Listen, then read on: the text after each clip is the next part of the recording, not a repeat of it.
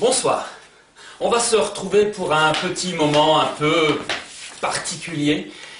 Une petite histoire que je vais essayer de ne pas faire trop longue. Et oui, les contes, c'est de l'oralité. Ça veut dire que l'on rentre dans une ambiance. Elle va peut-être être difficile à recréer ce soir, car je ne suis pas face à vous, mais face à de la technique. D'autant plus paradoxal que mes contes parlent d'il y a longtemps, très longtemps. Alors juste un petit mot, parce que je vais probablement oublier quand j'aurai fini cette histoire. Comme pour Sophie, vous pouvez envoyer vos dons aux hôpitaux et à tout le personnel hospitalier que ce soir je vais aussi saluer, pas que, tous ceux qui travaillent pour que nous, on puisse rester confinés dans de bonnes conditions. Peut-être une toute petite pierre à l'édifice, à travers ce petit moment de partage. On va partir loin, très loin, avec cette histoire très symbolique du Sungo, les carpes d'or.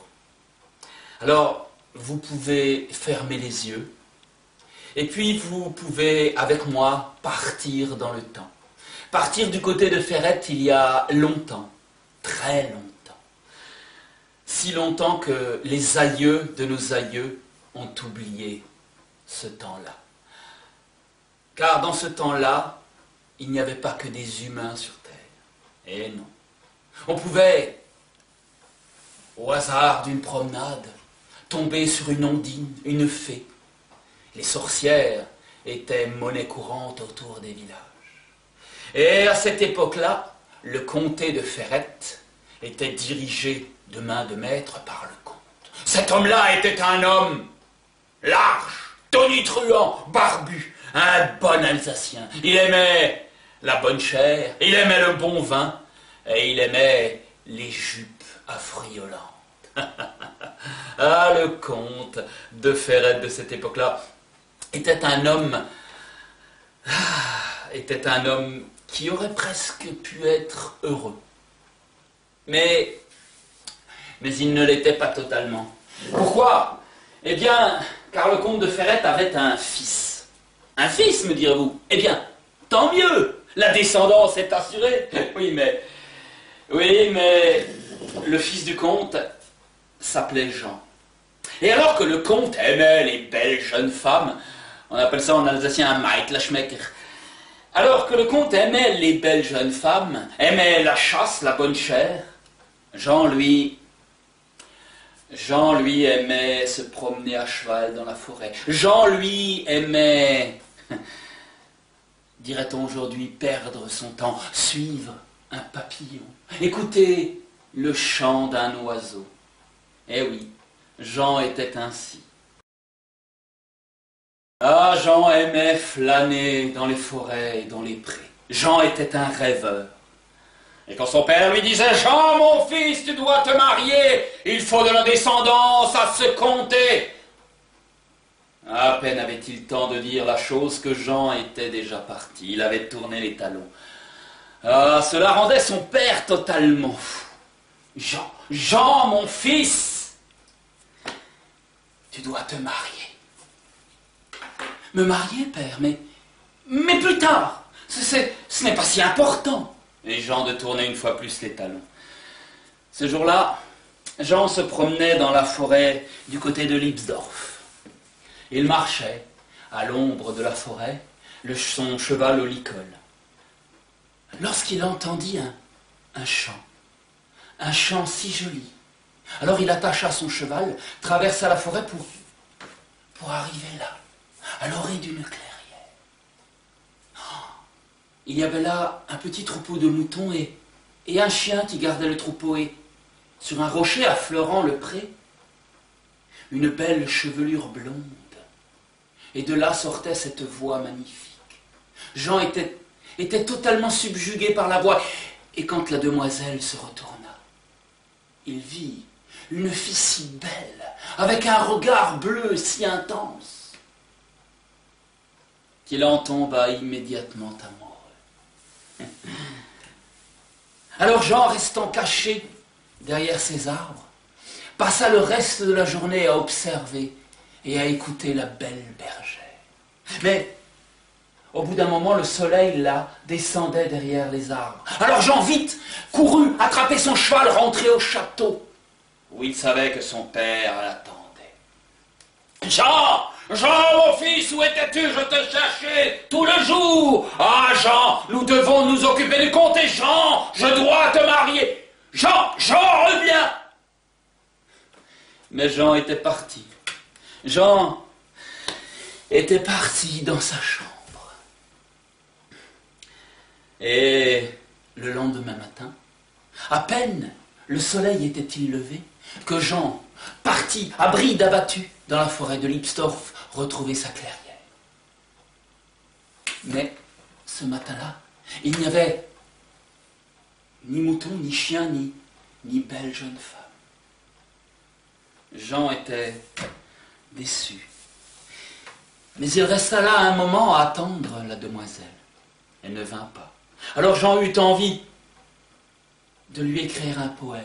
N'ayant ni plume ni papier, il sortit ses outils de sa sacoche, et là, sur un rocher relativement plat, il écrit un poème à la femme qu'il aimait déjà d'un amour fou. Et lorsqu'il rangea ses outils dans sa sacoche, il se rendit compte que là-haut, le soleil déclinait au-dessus des arbres. Alors vite, il grimpa sur ce cheval et partit à bride abattue à Ferrette, au château, où l'attendait son père. « Jean, fils, place suffit, tout le jour tu t'en vas, j'ai besoin de toi. Demain, à l'aurore, avec moi. » Mais père, demain, à l'aurore, avec moi. Ainsi fut dit, ainsi fut fait. Le lendemain matin, Jean partit avec son père faire la tournée du comté, et de voir de belles demoiselles que lui présentait son père, avec, il faut le dire, des regards très insistants, du genre « N'est-elle pas qu'elle est belle, cette femme ?» Mais Jean était un garçon maladivement timide. Alors, quand une de ces belles arrivait, vêtue de ses plus beaux atours, Jean baissait la tête et rougissait jusqu'aux oreilles. Jean était timide et ne pouvait regarder une fille en face. Mais cela rendait son père fou. « Jean, elles sont belles, Jean, fais un effort !» Mais à peine avait-il temps de terminer sa phrase que Jean était reparti. Cette journée fut pour lui un calvaire. Mais le soir, immédiatement, il repartit se coucher. Et le lendemain matin, à bride abattue, il repartit, alors que le soleil se levait à peine dans la forêt de Lipsdorf, espérant retrouver sa belle. Il arriva à sa clairière. Il y avait bien le petit troupeau de moutons, le chien, mais pas de demoiselle. Où pouvait-elle être? Jean se retourna.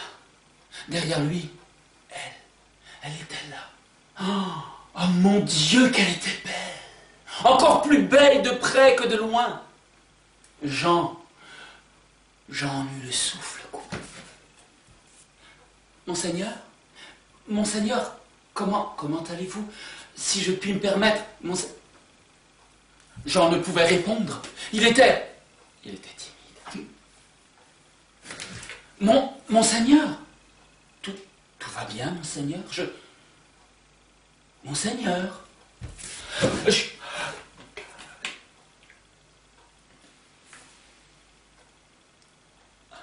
Le pauvre Jean ne pouvait faire sortir un son de sa gorge, tellement il était subjugué par la demoiselle.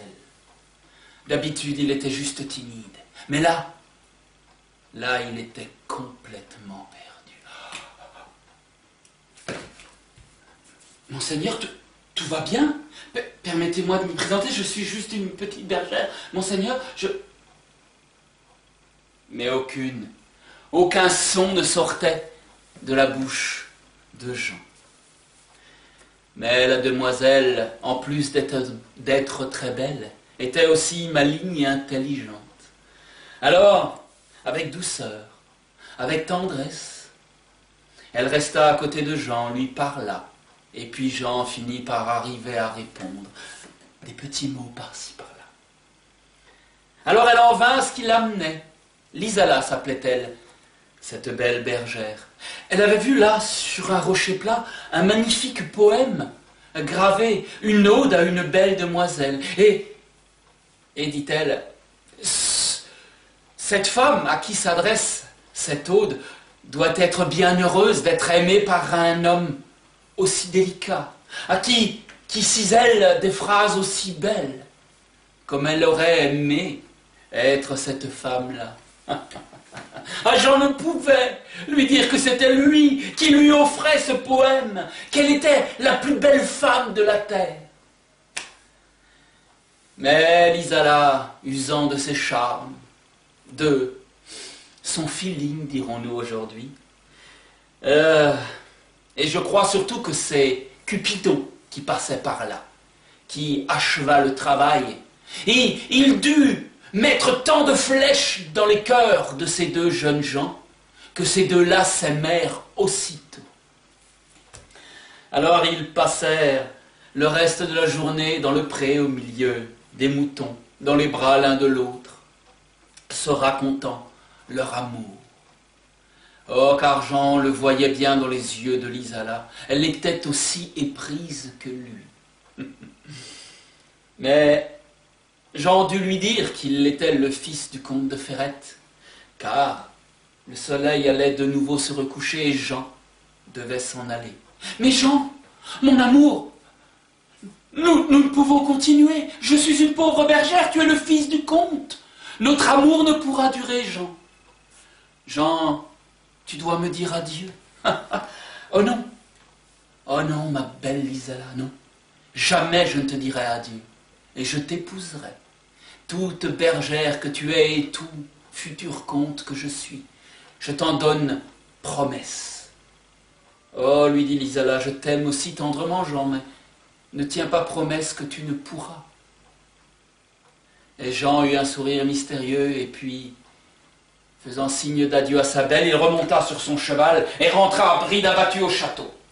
Où, bien entendu, comme tous les soirs, l'attendait son père, le comte Jean, mon fils, cela suffit de partir par Mons et par Vaux, tu dois épouser une femme, Jean. Et là, Jean regarda son père dans les yeux et lui dit, oui, père, je vais me marier. Ah, dit le père, viens, assieds-toi, mon fils, conte-moi cela, tu vas te marier, mais c'est merveilleux, Jean, explique-moi. Et Jean d'expliquer à son père qu'il voulait épouser une magnifique jeune femme, bergère de son état. Mais Jean, es-tu fou, mon fils? Une bergère? Mais cela est impossible, tu es comte, Jean. D'ailleurs, c'est bien simple, je m'opposerai totalement à ce mariage, point. Alors Jean, qui d'habitude baissait la tête irrémédiablement face à son père, Jean s'approcha et lui dit, mon père, j'épouserai cette femme ou je n'en épouserai aucune autre. Je vous souhaite le bonsoir. Et il alla se coucher. Le comte resta perplexe. Son fils, jamais, au grand jamais, ne lui avait tenu tête. Alors, quelle était cette sorcière, cette fée qui avait changé son fils à ce point-là? Oui, se dit-il, oui. Oui, elle mérite au moins que je la rencontre. Alors le lendemain matin, le comte d'expliquer ça à son fils. Bien, j'entends, mon fils. Bien sûr, tu ne l'épouseras pas, mais je veux la rencontrer. Jean sourit. Il avait gagné une petite victoire. Alors, il repartit sur Lipsdorf, repartit dans sa clairière, expliqua tout cela à Lisala, qui lui dit, mais Jean, mon amour, je ne peux. Que cela changera-t-il que je vois ton père, je reste une bergère? Je sais que tu lui plairas, mon amour, je le sais, alors viens. Ainsi fut dit et ainsi fut fait. L'après-midi même, Lisala, dans une petite robe très simple, mais avait-elle besoin de beaux atours qui n'égaleraient jamais sa beauté à elle? Elle entra dans le château de Ferrette et alla à la rencontre du roi. Oh, celui-ci s'attendait à une belle demoiselle, mais devait-il faire confiance à son fils? Lorsqu'il vit entrer dans la salle du trône, la demoiselle. Oh mon Dieu, mais qu'elle est belle! Oh Ah, mon fils Jean, mais tu es le fils de ton père, quel goût, elle est magnifique. Et regarde ses yeux sont tellement beaux. La demoiselle a un regard si malin. Entre, jeune femme, assieds-toi. Alors ainsi tu veux épouser mon fils. Oh non, lui dit Lisala. Non, monseigneur, je l'aime, c'est tout. Mais je sais que notre amour est impossible. Alors Jean de répond non, Lisala. Non, notre amour n'est pas impossible, je t'épouserai toi ou aucune autre. Stop, dit le comte. Parlons, jeune femme. Oublions, c'est différent. Raconte-moi qui tu es. Et le comte de se laisser embarquer par la voix de Lisala, par ses atours, par sa beauté, par ce regard hypnotique. Eh oui, le comte aussi tomba platoniquement mais éperdument amoureux de la demoiselle. Elle était si jolie. Et quelle magnifique femme ferait-elle pour son fils? Ils allaient si bien les deux ensemble. Mais bon Dieu, tu es bergère, jeune femme, tu ne peux épouser mon fils, il est comte. Que diraient les nobles? Que dirait Ferrette? Le comte de Ferrette épouse une bergère, te rendu compte de la folie? Ah mon Dieu! Eh oui, la colère du comte montrait à quel point il souhaitait que son fils épouse cette fille. Alors il lui dit, mais n'as-tu pas dans tes ascendants, je ne sais pas, une fée, même une sorcière, un géant, ou quelques secrets de famille qui... Ah, bon Dieu, dit le comte, y arriverons-nous? Alors Lisala dit très simplement, monseigneur, je n'ai aucune ascendance de sang bleu ou magique, mais il me vient une petite idée. Peut-être serez-vous intéressé par un secret de famille que détient ma tante avec laquelle je vis dans ma petite bergerie à Lipsdorf. Nous savons fabriquer des carpes d'or. Des carpes d'or, dit le roi. Eh bien, soit, jeune fille, amène tes carpes d'or. Oh, dit Lisala, monseigneur, je ne vous amènerai pas ces carpes d'or comme ça. Par contre, je vous propose un marché. Je t'écoute, lui dit le comte, déjà méfiant. C'est tout simple, votre majesté. Je vous apporte ces carpes d'or. Si elles vous plaisent, j'épouse votre fils. Si elles ne vous plaisent pas, je m'en irai. Et au grand jamais, vous n'entendrez plus parler de moi. Se dit le comte. Elle est finaude. Elle est finaude. Et puis en même temps, j'aimerais qu'elle soit la femme de mon fils. Eh bien, soit. J'accepte. Viens avec tes carpes d'or. Et c'est un marché conclu. Elles me plaisent, tu l'épouseras. Alors, laissant Jean très très inquiet, Lisala partit guillerette, ne sachant pas vraiment si son marché allait fonctionner, mais bon, soit. Elle revint le lendemain avec 2 beaux paniers, couverts d'un tissu. On l'emmena à la salle à manger du comté. Et là, on dressa la table. S'assirent le comte, Jean, Lisala en face, l'intendant et le cuisinier. Elle servit ses carpes d'or qui, à la lueur des chandelles, étaient vraiment d'or. Monseigneur, je vous propose d'accompagner cela d'une bonne salade. Je crois qu'à l'époque, malheureusement, la mayonnaise n'existait pas encore, mais je ne saurais en être totalement certain.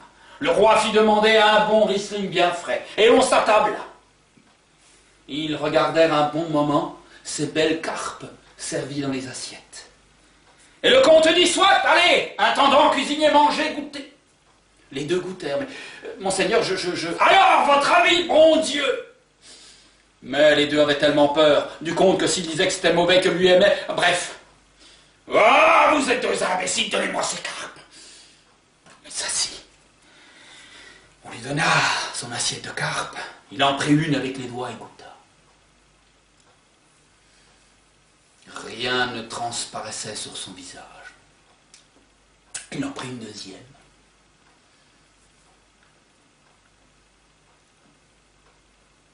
Bon Dieu de bois, que c'est bon! Jeune fille, tes carpes me plaisent. Qu'est-ce que c'est? Donne-moi cette recette. Non. Votre Seigneurie, non. Comment ça, non? Nous avons passé un marché. Eh bien, oui. Si mes carpes vous plaisent, je vous en donnerai la recette, après que vous m'ayez donné votre parole que j'épouserai votre fils. Dit le comte. Ah, la finaude. Ah. Alors, ces carpes sont bonnes, et elle est si intelligente. Après tout, je suis le comte. Eh bien, soit, jeune fille, le marché est conclu. Alors Jean sauta dans les bras de Lisala, ils étaient heureux, les deux, ils allaient se marier.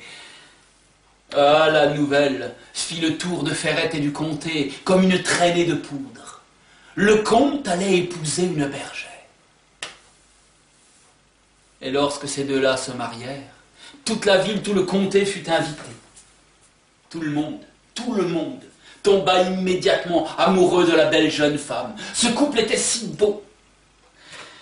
Alors, personne, oh grand jamais personne, ne vint donner mauvaise fortune à ce mariage. Tous applaudirent, joyeux. Et Jean, quand il prit le comté en main, devint un comte très bon, très juste, assisté avec sa femme, la belle Lisala à ses côtés, qui lui donnait de très bons conseils. Ce couple-là fut l'un des plus beaux de Ferrette. Le comte, lui, oh bien ma foi, il prit très vite sa retraite. Il construisit, ou plutôt fit creuser, de nombreux étangs dans tout le Sungo, pour qu'on y plonge des carpes, et qu'ils puissent continuer à se goinfrer de carpes d'or. Et Lisala et Jean, ils vécurent longtemps, ils eurent de nombreux enfants. Mais, savez-vous ce qu'il y eut comme repas à leur mariage? Je vous souhaite le bonsoir, une belle nuit.